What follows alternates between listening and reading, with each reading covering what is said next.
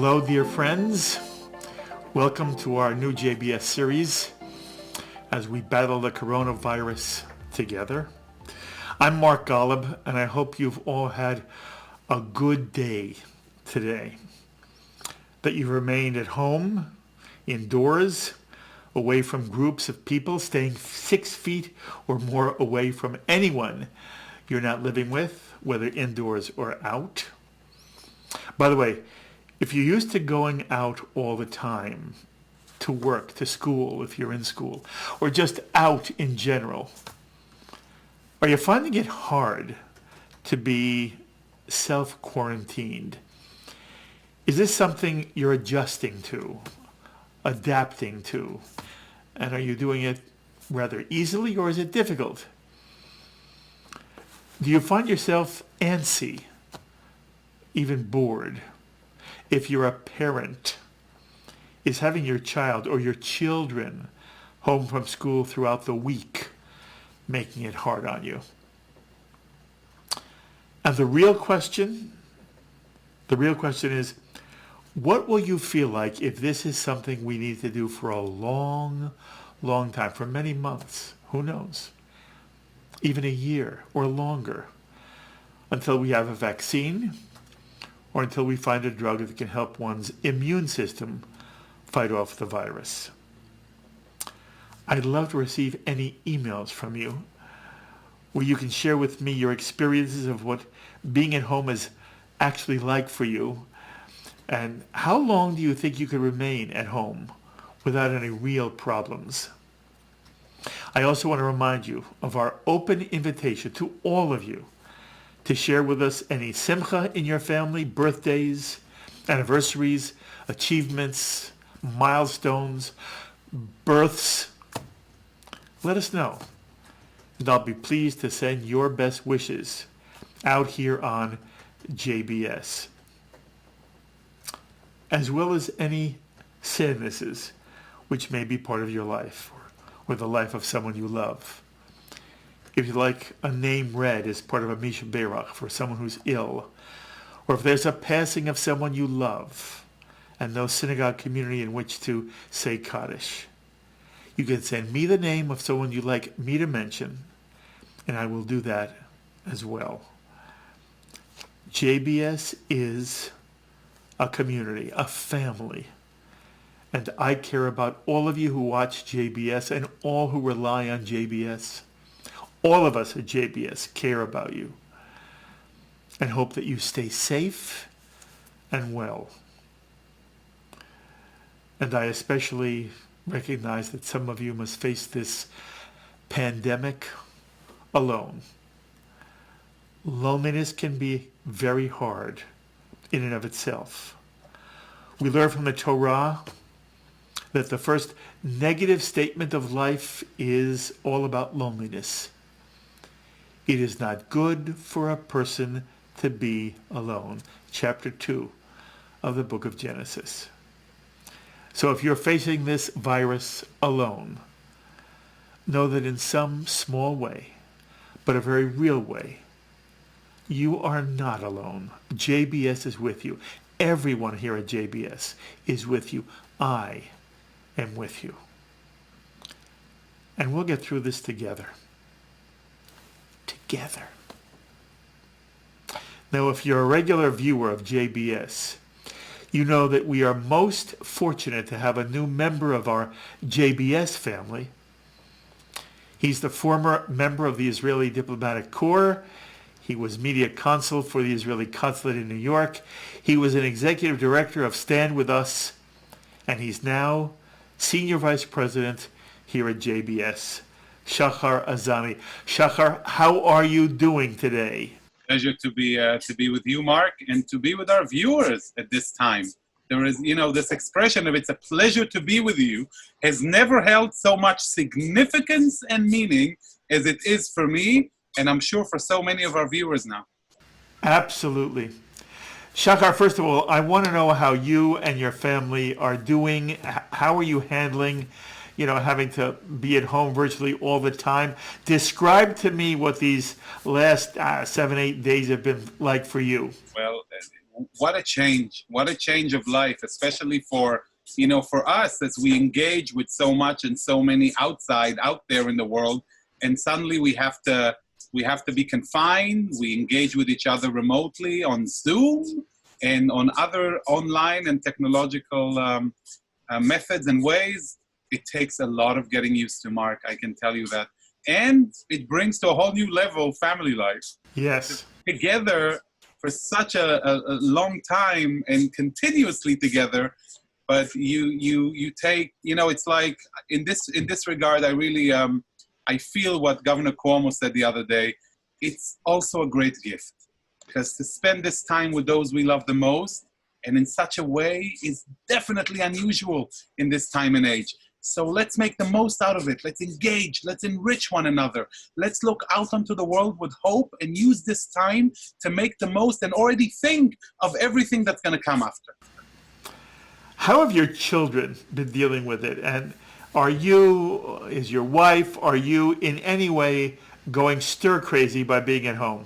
I am, first of all, officially the IT person of the family.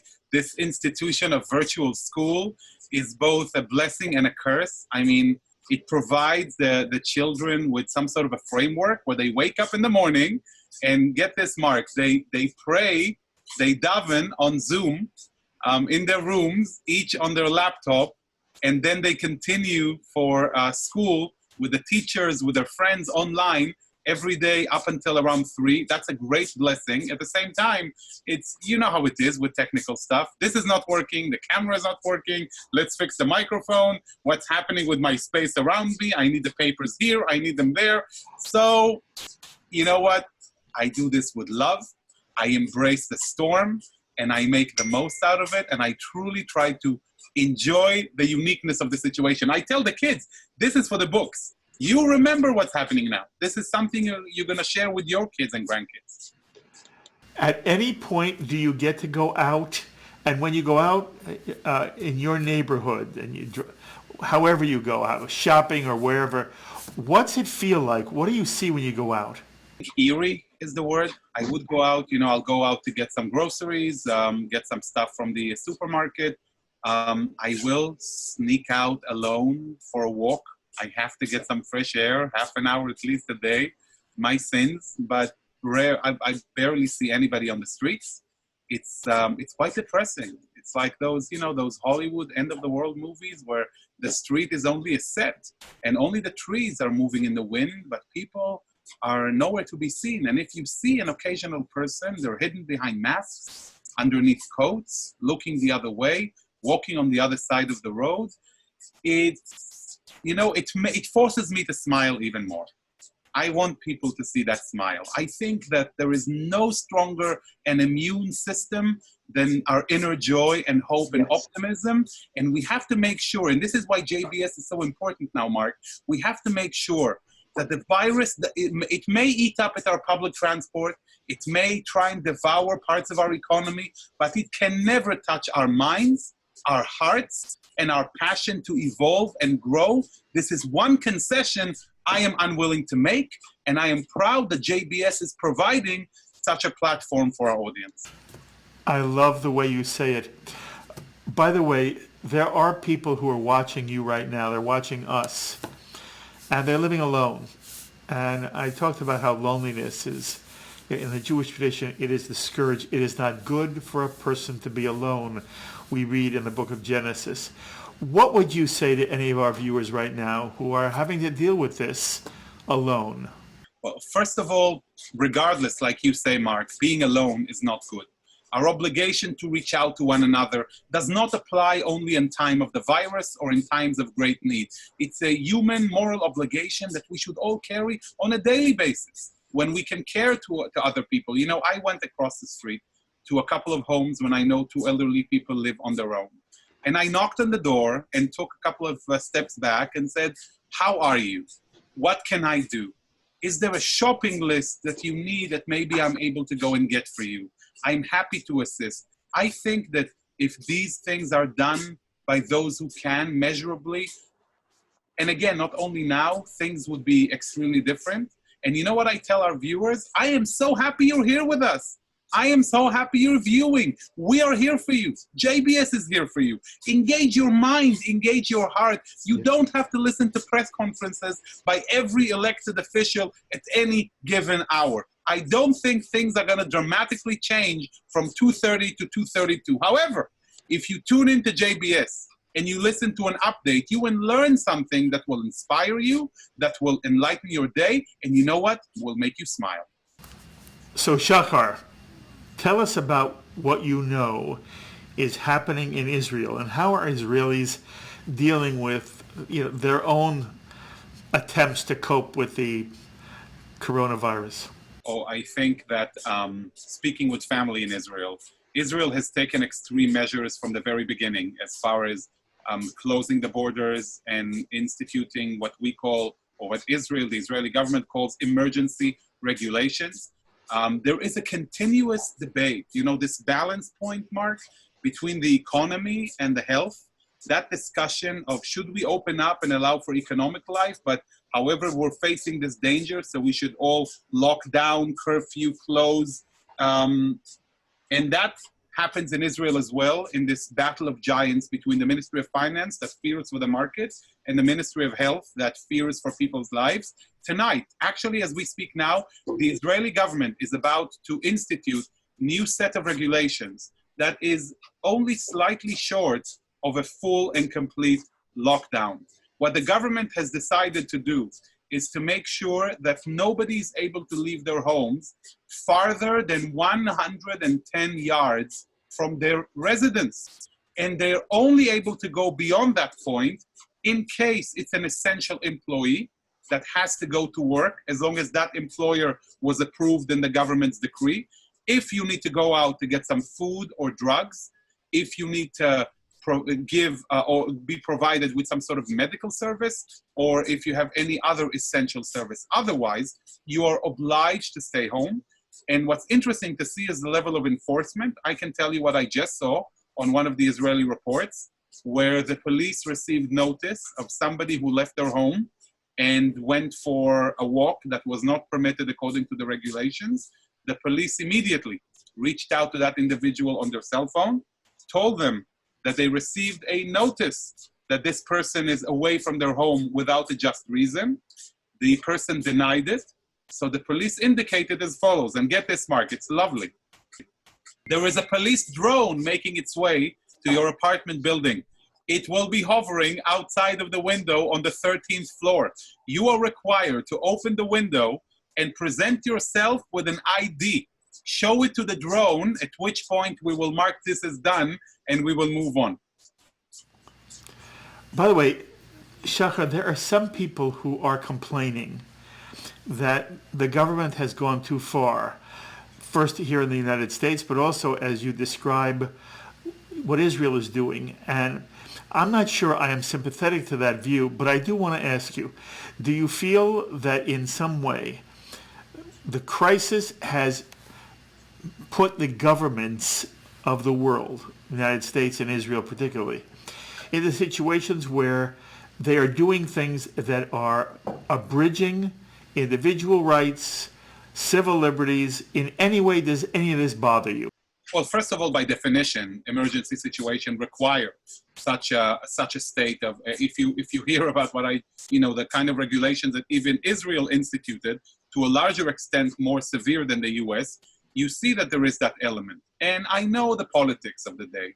The common wisdom that says if a politician takes severe measures, it's the best case scenario for them, because if they are right and it is the worst case, then they're being hailed as prophets. And if it's not the worst case, then it's all thanks to the extreme measures they've taken. So it's a win-win for them, especially if the idea is not looking at the end of the plague, but looking at the commission of inquiry that's going to follow.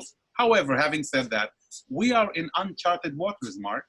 The governments don't know. They have no idea what the trajectory is going to be. They are in a land of chaos themselves. And I think we should allow them to do their best for us and to acknowledge those efforts and to see how long we're able to, quote unquote, suffer and stand this situation for the benefit of all of us. I think if there were ever a time to give governments the benefit of the doubt, it would be now. I think you say it perfectly. One more question in this regard. Shahar, how long do you think people in general, you may want to even answer for yourself and your family, how long can people sustain this kind of self-quarantine? Again, this has never happened before. So to me, I can tell you that it's one day at a time. Today is today, yesterday is yesterday, and tomorrow is tomorrow. If I start counting at how many days I'm actually doing what I'm doing the way I'm doing it, it can drive someone mad. So time will tell, but to be quite honest, if you asked me a week ago, I'll tell you no more than a couple of weeks. But if there is a need, and we will see the numbers rising to the thousands in the next weeks, God forbids, then I think all of us will make the necessary accommodations, because this is, in such a scenario, the best case for us, for the majority of the people, not only for ourselves, but also not to inflict it upon the populations that are most at risk. Even though in this regard, I will say, there are a lot of younger people who are in dire straits and terrible conditions as a result of this virus. So to tell ourselves, like some did at the beginning, that it's not going to happen to me because I'm young, I wouldn't go in that direction. Mm-hmm. Let's not be so conceited as to make such unsubstantiated statements, especially in times of people don't know. I will tell you, though, that it's interesting to see that out of a small lab in Tel Chai, in the northern part of Israel, apparently they've been managing the coronavirus for about 4 years now, and they have a vaccine. The only problem is that the way this lab is built, it's built to cater for farms, and they have the vaccine for the coronavirus in chicken. So now they have actually a vaccine for the virus, only it's applying to chicken now. It's never been adapted to human beings. And this is the race. They're trying to make adjustments, as I'm sure in many other places. But it's an interesting anecdote that they've been dealing with it for over 4 years. And as this crisis unfolded, they're like, hey, we know the virus. We have the vaccine. But it's for chicken. Who cares about, at this point in time? Well, let's hope they can, basically evolve it, modify it, and that it will soon be for people. I hear it's going to take time, Shahar, but it will surprise no one if the vaccine comes out of Israel first. So talk to me now about the Israeli political scene, which is it's got chaos, its own chaos, all of its own. Bring us up to date exactly where the attempt to form a new government stands and what the battles are between Netanyahu and Gantz.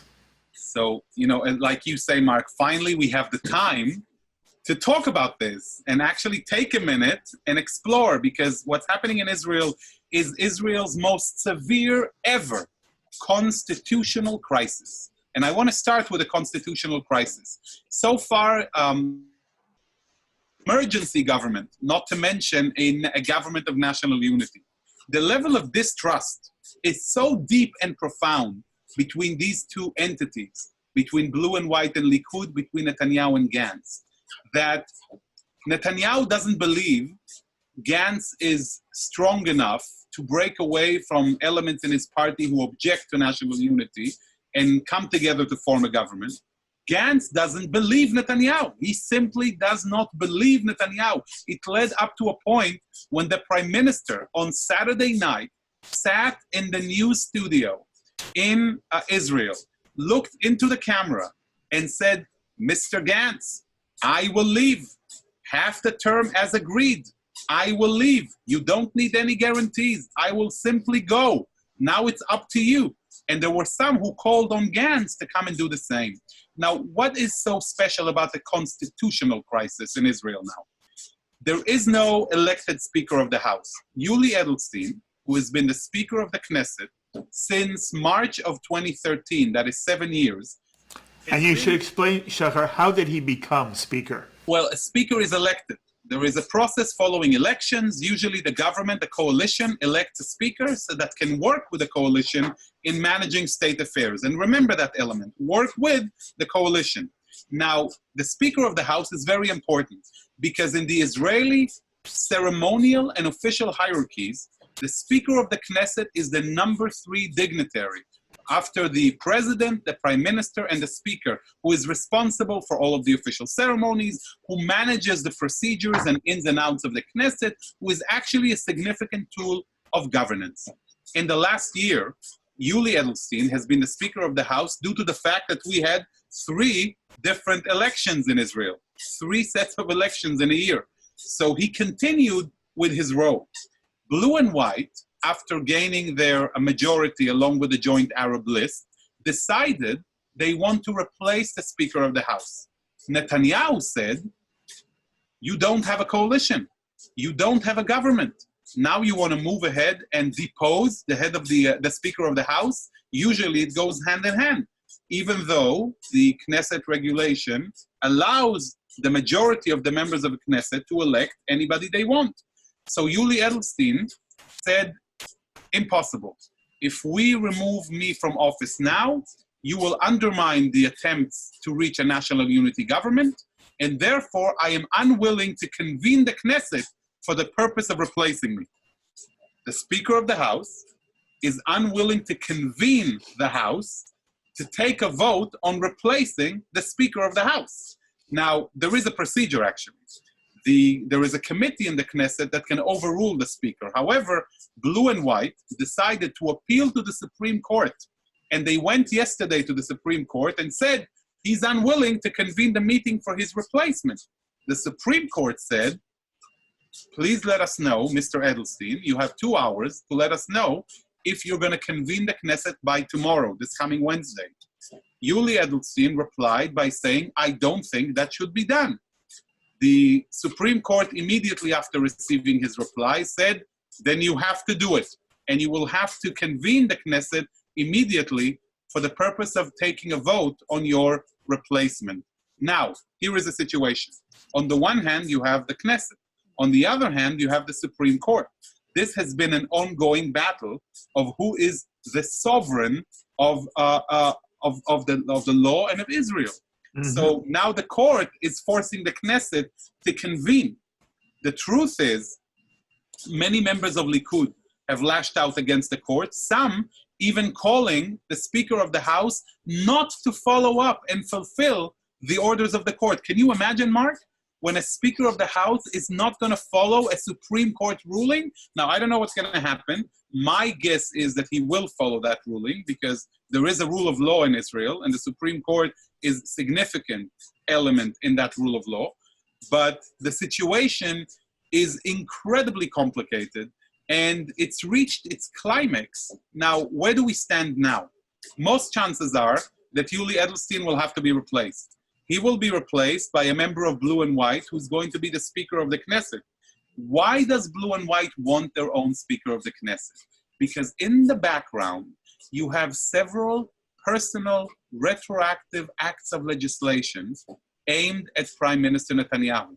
The major one of which is a Prime Minister who has been indicted will have to resign after 30 days. Now, this is a piece of legislation that Blue and White want to pass. It's a change of Israel's basic law as it pertains to the Prime Minister.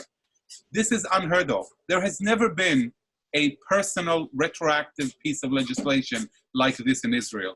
And it's quite saddening to see that there isn't much more of a backlash against this legislation coming from academia and the media in Israel, even though what Yuli Edelstein is doing in trying to hold on to power is illegitimate. He should be able to concede to the request of the majority of the members of Knesset. And if they're interested in replacing him, he has to allow the Knesset to convene. However, it is unacceptable for a Knesset to continue in the way of legislation that is only meant to answer one person, that's Benjamin Netanyahu. Why one person? Because everybody is eyeing, and hold on to your seats, everybody is eyeing now the 4th round of elections. They're looking into a potential 4th round, which cannot happen now, not because they don't want to or not because it's inappropriate, because of the coronavirus. There is simply no way of conducting elections. So, and here is the bottom line, just to clean the table for a minute. Let's go back to October of last year. The president is offering a solution to Gantz and Netanyahu. If Gantz had accepted that solution at the time and created a government of national unity, Prime Minister Netanyahu would leave office in June. He chose not to. He went to a third round of elections, which ended exactly at the same place. Now he's going to move to replace the Speaker of the House, after which there may be or may not be a government of emergency or national unity. If there isn't, Netanyahu continues, because there is no way to replace him at the moment, and Gantz doesn't have a coalition. The only way of establishing a government is with a joint Arab list, and we already have more than 3 members of Knesset who said they're not going to vote for such a minority government. So you're going to have a situation where the Knesset and the government are going to be confrontational. It's not going to go hand in hand. So it remains to be seen. What I see in the near future is a replacement of the Speaker of the House, which is a showcase of power by blue and white, ensued by a discussion between Likud and blue and white for the potential of an emergency government. And I think one will be established because there is no other choice. Well, we're going to follow this up with you, Shahar. Thanks for, again, always being with us. It's wonderful to have you as part of our family. You know, I wish you, your wife, your children, only they should stay safe and be well, and we all come out of this together on the other side. And right now, just have a wonderful rest of the day, and you and I will talk often and share your thoughts with the JBS audience. Thank you very much, Shahar. Mark, I can't tell you what a pleasure it is to come on, have the time to engage in those intricate issues and beyond, and be with you and with all of our wonderful JBS viewers who can take the time and actually dive into this mess, which is so beautiful because it's our very own Jewish state of Israel. Thank you, and keep safe and healthy. Shahar Azani, Senior Vice President of JBS, and I love his energy and his optimism and his love of the Jewish people. Looking at the CDC coronavirus report for March 24th. In the United States, there are now almost 52,000 known cases. It's believed to be really higher, and we'll know more as testing increases throughout the country. And the number of coronavirus deaths stands at 667, which is 1.2% of those who've contracted the virus. In Israel, there are nearly 1,700 reported cases, and within the Jewish world, we're sad to report that the coronavirus has taken the life of Rabbi Avraham HaKohen Romi Cohen, who was a Holocaust survivor. He was honored to deliver the opening prayer before the House of Representatives just last month. As a teenager, Rabbi Avraham Cohen helped save dozens of people during the Shoah, which he writes about in his book, The Youngest Partisan. Rabbi Avraham HaKohen Cohen was 91 years old. Zecher Tzadik Livracha, may his memory always be for a blessing. Please remember, you can send an email now to our special email address with any name of someone you'd like me to read here on JBS, either a simcha, an anniversary, a birthday, someone who is ill, and you'd like included in a Misha Berach, or for someone who has passed away. Our new address, our special address, is jbscommunity@jbstv.org. jbscommunity@jbstv.org. My thanks as always to our director, Sloan Copeland, JBS's managing director, Dara Golub, to Michael Paley and Serge Goldberg, and to the producer of JBS Together During COVID-19, Ruth Golub. Until the next time, I'm Mark Golub. Be well, my friends.